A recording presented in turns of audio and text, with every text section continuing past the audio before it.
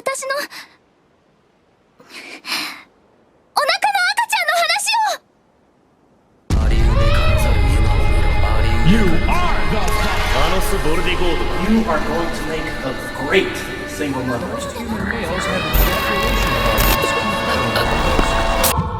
Happy ReZero Day, everyone. Hopefully that wasn't the last time I'll ever get to say that, but I'm Echidnut. This is my final weekly video for ReZero Season 2, and I hope you enjoy it. Emilia's imaginary pregnancy was a hilariously adorable misunderstanding. However, it also reveals a pretty interesting development as well. All Subaru wanted was a little tongue action, but Emilia thought he was trying to become her life partner. Yet, she didn't stop him. So by allowing him to kiss her, without protection I might add, Emilia essentially made the decision to start a family with Subaru. And remember, at the time, he wasn't even sure if Emilia liked him or not, entirely unaware that she was willing to have kids with him. I wonder if she thought her hand got pregnant in Season 1. When Subaru's done spamming the same ability over and over, he combos with Emilia and Beatrice, and with the power of friendship, they were able to get rid of the rabbits even without the holy hand grenade. After Subaru's gate collapsed, we thought he would never be able to use magic again. But this episode proved us wrong. Subaru can still use magic by borrowing the gate of his contract spirit. The only problem is Beatrice ran out of mana, and this entire time she's been secretly stealing mana from everyone in the mansion because she can't generate it on her own. This is cut content, by the way. There was a lot of it this episode, and if ReZero does get a Season 3, it's important that we understand Beatrice can't just create mana like other spirits do. I know it's rather convenient for Beatrice to get nerfed immediately after forming a contract with Subaru, but I want to clarify that she's far from useless. There's many different ways Beatrice could receive mana, and as a last resort, she can still forcefully take mana from everyone around her. But the most practical solution would be for Subaru to just carry around a bunch of mana crystals to recharge Beatrice whenever she's low on battery. The reason she ran out of mana is because Shamach is one of the most powerful spells, if not the most powerful spell in ReZero. It's the ultimate manifestation of shadow magic, and casting it requires such a massive amount of power and mana that this may have been the only time it's ever been used in history. Even Roswaal, the mightiest magic user in the world, could never possibly cast it. The only reason Beatrice was able to is because her entire life was spent stockpiling mana alone in the library. It practically took Beatrice 400 years to cast one spell. Shamach involves the creation of an isolated space. If you're familiar with MMOs, it basically sends the target to an instance. Or maybe the Shadow Realm would be better because it's shadow magic, but the Great Rabbit isn't dead, it's just permanently banished to another dimension. Alright, fine, I'll say it. The Great Rabbit got isekai'd. Roswaal's reunion with Beatrice was nice, but obviously she was upset to learn he'd been lying to her for 400 years. Last episode, Beatrice appeared in Roswaal's eye reflection, but Roswaal wouldn't appear in hers. However, this week she finally accepts him, and they poetically reunite in the same sanctuary they used to consider their home.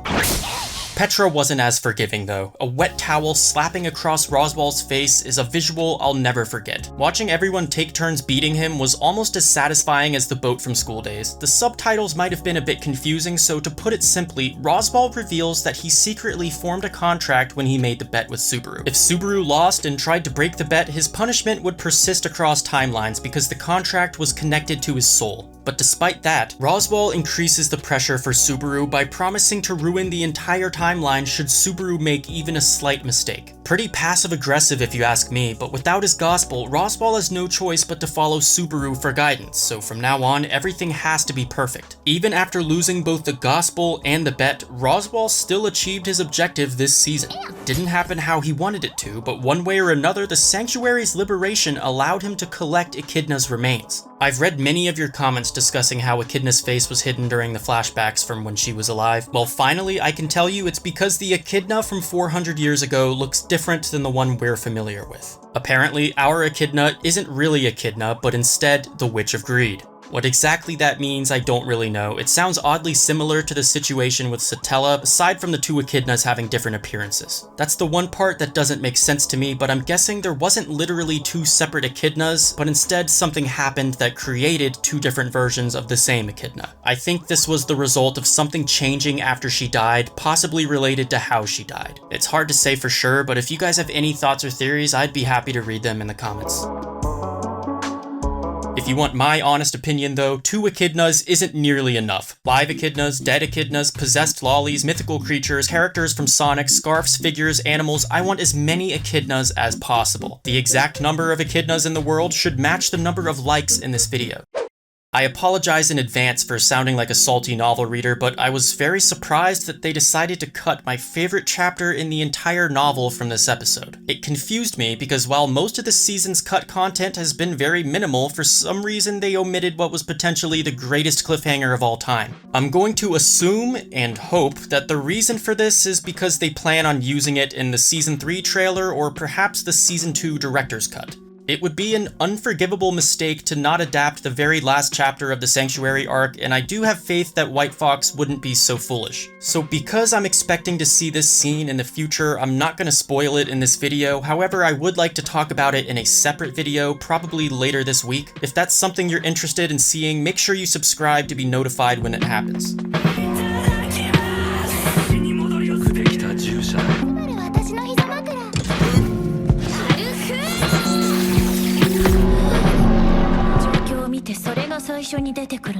For now though, I thoroughly enjoyed this incredible season of ReZero. This episode was such a nice conclusion to my favorite arc of the story, and the highlight was obviously this noise Beatrice made at the beginning. It was pretty clear that the budget for the rabbit fight was given to the celebration scene at the end, which in my opinion was a lot more important. After watching all these characters suffer episode after episode, it felt so good seeing everyone enjoying themselves. This season, Subaru learned many lessons, but in the end, his most important discovery was drip. Looking fresh as hell, Subaru finally becomes Emilia's knight, and I gotta admit, if I wasn't a novel reader, I might have been worried about his head getting chopped off. Everything went smoothly though, and Subaru promises to consummate his knighthood with Emilia later that night. If you're wondering why Otto looks absolutely obliterated, it's because today, March 24th, is Otto's birthday, so of course he's hammered. Rare, happy moments like these are always a treat in such an otherwise brutal anime. Subaru definitely deserves to be Emilia's knight, and even though there's still the royal selection, the witch cult, and Satella, this episode felt like it could have been the ending of the entire series. And I guess it really could be if Season 3 never gets announced. I hope I'll get to say this again soon, but this was another 10 out of 10 episode. If you enjoyed this video, make sure you impregnate the like button. A lot of effort goes into these weekly videos, or I guess went into them. I actually do need to rest for a bit, so thank you guys for watching. I'm out for now. Stay hyped for Season 3, and of course, keep talking about ReZero. Peace out.